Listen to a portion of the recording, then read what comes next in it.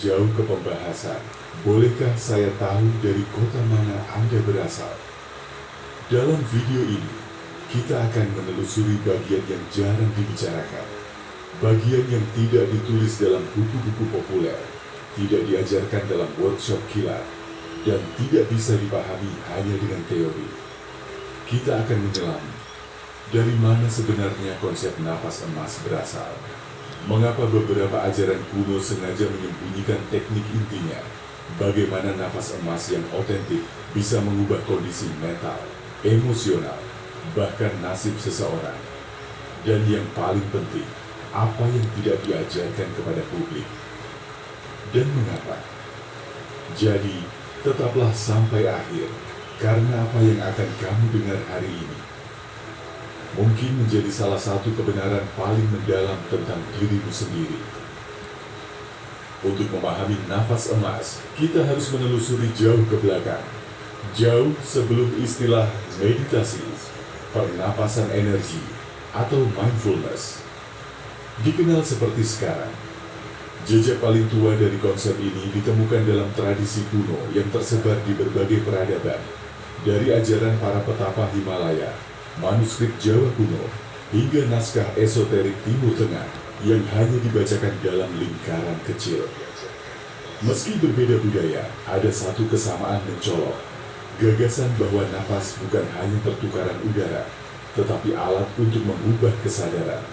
Dalam naskah tertentu, nafas emas tidak disebut secara langsung.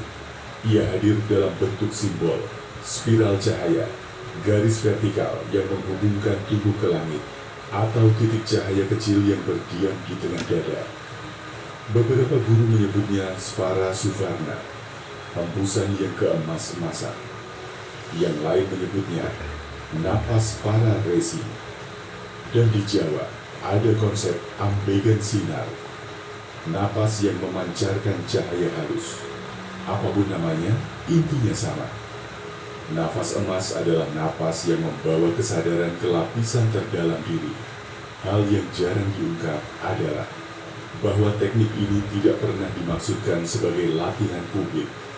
Ajaran kuno menganggap nafas emas sebagai ilmu pamungkas, diberikan hanya saat seseorang siap melampaui batas dirinya. Mengapa demikian? Karena nafas emas bukan hanya membangkitkan ketenangan, tetapi juga membangkitkan memori lama, trauma, intuisi tajam, bahkan kemampuan untuk merasakan energi orang lain. Para guru menilai bahwa jika seseorang belum cukup stabil, teknik ini dapat membuka terlalu banyak hal sekaligus. Dalam teks lama, ada kalimat yang sering diabaikan. Barang siapa menghirup cahaya sebelum waktunya, ia melihat kebenaran yang tidak siap ia pahami. Disinilah muncul problem besar dalam era modern. Pelajaran yang seharusnya disampaikan dalam konteks kebijaksanaan, malah diajarkan sebagai teknik cepat untuk relaksasi. Nafas emas disederhanakan, dipotong, dibuat aman, sampai kehilangan kekuatan transformasinya. Secara filosofis, nafas emas mengandung sebuah prinsip yang sangat radikal, bahwa kesadaran manusia bisa diubah melalui ritme tertentu. Dan ketika ritme itu menyatu dengan niat batin, tubuh menjadi seperti ruang kosong, tempat energi baru bisa masuk.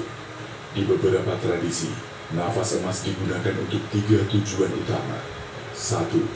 Membakar energi lama, membersihkan beban emosi dan kenangan yang melekat. 2. Menajamkan persepsi batin, membuka lapisan intuisi yang lebih dalam. 3. Mengubah arah hidup, bukan lewat magis eksternal, tetapi melalui keselarasan antara ritme nafas dan ritme alam.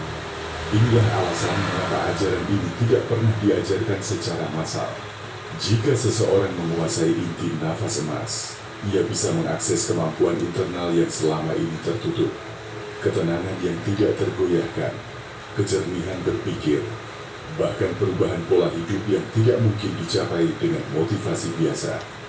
Sebagian guru kuno percaya bahwa manusia memiliki inti cahaya yang tertidur, dan nafas emas adalah kunci untuk membangunkannya.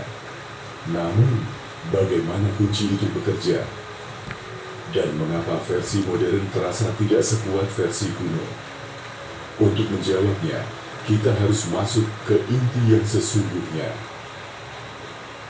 Sebelum kita membahas tekniknya, kita harus memahami satu hal yang jauh lebih penting.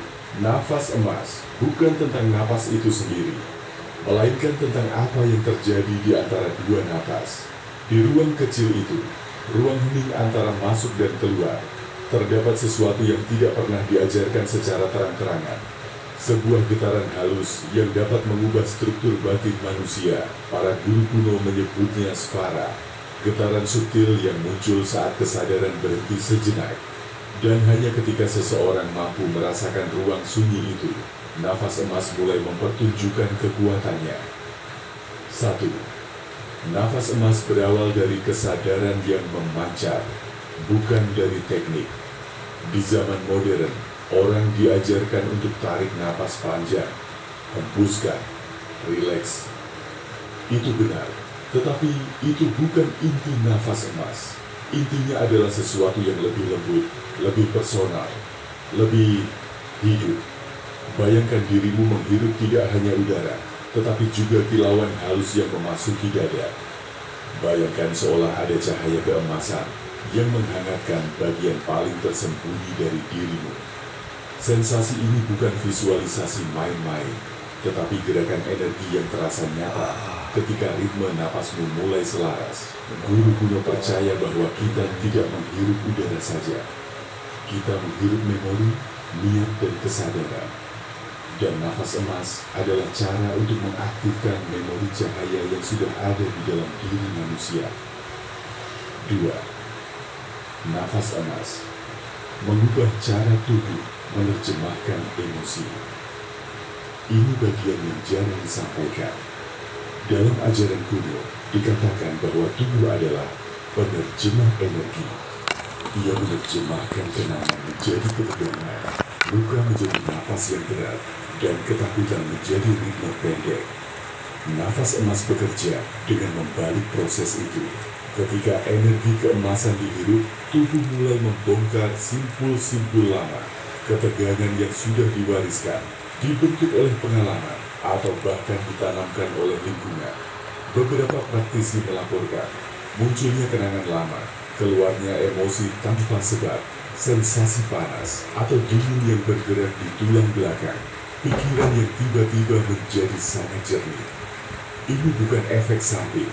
Ini adalah tanda bahwa nafas emas mengaktifkan pembersihan batin. Dan pembersihan ini adalah alasan mengapa teknik asli dulu dijaga ketat. Mereka tahu kekuatannya terlalu besar jika seseorang tidak dipandu dengan benar. 3. Nafas emas adalah gerbang ke ruang kedua, kesadaran di balik pikiran. Di sebagian besar latihan pernapasan modern, fokusnya adalah menenangkan pikiran. Tapi dalam ajaran kuno, menenangkan pikiran hanyalah pintu pertama. Tujuan sesungguhnya adalah memasuki ruang kedua, area kesadaran yang berada di balik pikiran. Ruang ini kadang digambarkan sebagai kabut keemasan, langit tanpa suara, atau ruang bening yang terasa seperti rumah. Ketika seseorang mulai masuk ke ruang ini, ia merasakan efek yang tidak bisa dijelaskan. Kepekaan terhadap getaran orang lain, intuisi yang muncul sebelum pikiran, kemampuan membaca emosi tanpa kata, ketenangan yang tidak dapat diganggu oleh stres harian. Ajaran modern hampir tidak pernah menyentuh ini. Mereka berhenti pada manfaat psikologis, sementara ajaran kuno melangkah lebih jauh ke medan energi dan kesadaran. 4. Nafas emas tidak diajarkan karena bisa mengubah arah. Hidup fakta ini jarang diucapkan keras-keras. Guru kuno percaya bahwa nafas emas dapat menggeser probabilitas hidup seseorang. Bagaimana mungkin? Karena ketika kesadaran berubah, pilihan pun berubah. Dan ketika pilihan berubah, arah hidup ikut bergeser. Nafas emas membuat seseorang lebih tajam membaca situasi, lebih peka pada peluang, lebih tenang mengambil keputusan penting, lebih mampu melepaskan pola hidup yang merusak. lebih berani memasuki jalur yang lebih sesuai dengan dirinya. Perubahan-perubahan kecil ini, ketika dikumpulkan, dapat mengubah nasib seseorang tanpa mereka sadari. Inilah salah satu alasan mengapa banyak ajaran kuno melarang orang yang belum siap untuk mempelajari inti teknik ini. Namun semua ini baru permukaan. Kita belum masuk ke bagian paling rahasia. Bagaimana nafas emas mengaktifkan pusat energi tertentu, bagaimana ritme tertentu memicu resonansi tubuh, dan mengapa beberapa murid melaporkan pengalaman mistik setelah latihan yang konsisten. Ada sebuah hal yang jarang disadari banyak orang. Saat seseorang berlatih nafas emas dengan benar, tubuh tidak hanya merespons secara fisik. Ia mulai mendengar, ia mulai mengingat.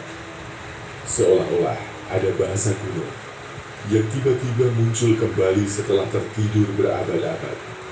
Ajaran kuno percaya bahwa tubuh manusia menyimpan memori yang lebih tua dari ingatan intelektual kita.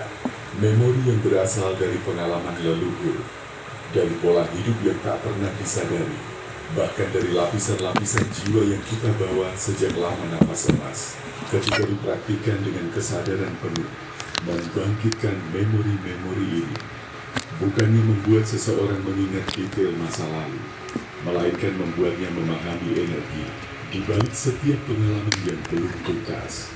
Inilah alasan mengapa beberapa praktisi mengaku tiba-tiba menangis, tertawa tanpa sebab, merinding, atau merasa seperti bertemu diri sendiri.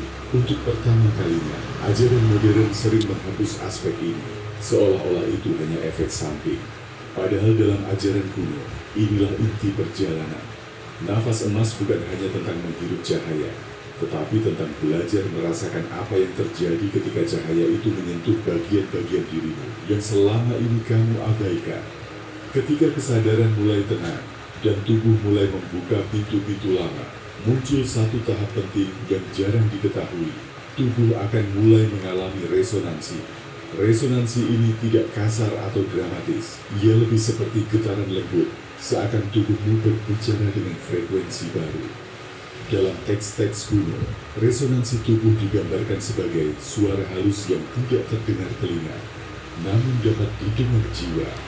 Bukan suara dalam arti literal, melainkan rasa seperti ada aliran atau denyutan yang mengalir dalam pola tertentu. Banyak praktisi modern merasa aneh jika merasakan getaran ini, karena mereka tidak diberi konteks. Tapi dulu, murid justru diajarkan untuk mendengarkan getaran itu, karena dari situlah tubuh mulai memberi petunjuk. Bagian mana yang perlu dibersihkan, emosi mana yang perlu dilepaskan, dan niat apa yang perlu diperkuat. Pada tahap tertentu, nafas emas membawa seseorang ke kondisi di mana nafas bukan lagi sesuatu yang harus diatur. Ia menjadi alami, tenang, dan bergerak seperti gelombang. Tubuh menjadi seakan kosong, tetapi bukan kosong dalam arti kehilangan. Lebih seperti ruang luas yang siap diisi cahaya baru. Disinilah muncul salah satu fenomena paling menarik. Banyak orang melaporkan pengalaman, seperti melihat kilau keemasan di balik kelopak mata, atau merasakan kehangatan yang sangat lembut di tengah dada. Beberapa merasakan seperti ada tekanan ringan di antara alis, atau sensasi mengembang di bagian punggung. Fenomena ini tidak selalu visual atau fisik. Kadang hanya berupa perubahan sikap batin, pikiran yang tiba-tiba sangat jernih, intuisi yang muncul tanpa dipanggil, perasaan damai yang tidak bisa dijelaskan. Ajaran kuno menyebut tahap ini sebagai pembukaan ruang dalam. Sebuah kondisi di mana batas antara pikiran dan energi mulai memudar. Pada titik ini, nafas emas benar-benar menunjukkan sifat terdalamnya. Ia bukan sekadar teknik penyembuhan, bukan sekadar latihan pernapasan, bukan sekadar meditasi untuk menenangkan pikiran. Ia adalah gerbang transformasi. Bukan transformasi yang dramatis seperti yang dijual oleh banyak program spiritual modern, tetapi transformasi yang bekerja perlahan, halus, namun sangat mendalam. Cara memandang hidup berubah, cara bereaksi terhadap masalah berubah, cara tubuh merespons stres berubah, cara diri membaca situasi menjadi lebih tajam. Inilah kebenaran yang jarang dipahami.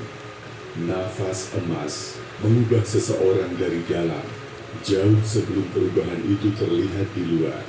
Pada tahap-tahap yang lebih dalam, beberapa murid bahkan merasakan seolah napas mereka tidak lagi hanya milik mereka, seakan tubuh sedang dipandu oleh sesuatu yang lebih bijaksana, lebih tenang, lebih tahu arah yang tepat. Dan titik inilah yang membuat ajaran kuno sangat ketat dalam memilih siapa yang boleh diajari. Karena ketika seseorang mulai merasakan panduan halus itu, ia mulai bergerak bukan dari ego, tetapi dari kesadaran yang lebih tinggi. Perubahan ini, jika dipahami dengan benar, dapat menggeser seluruh arah hidup seseorang. Sekarang kita masuk ke bagian yang paling banyak dicari, namun juga paling sering disalahpahami. Bagaimana sebenarnya mempraktikkan nafas emas? Dan sebelum kita mulai, satu hal harus ditegaskan. Tujuan latihan ini bukan untuk mencapai pengalaman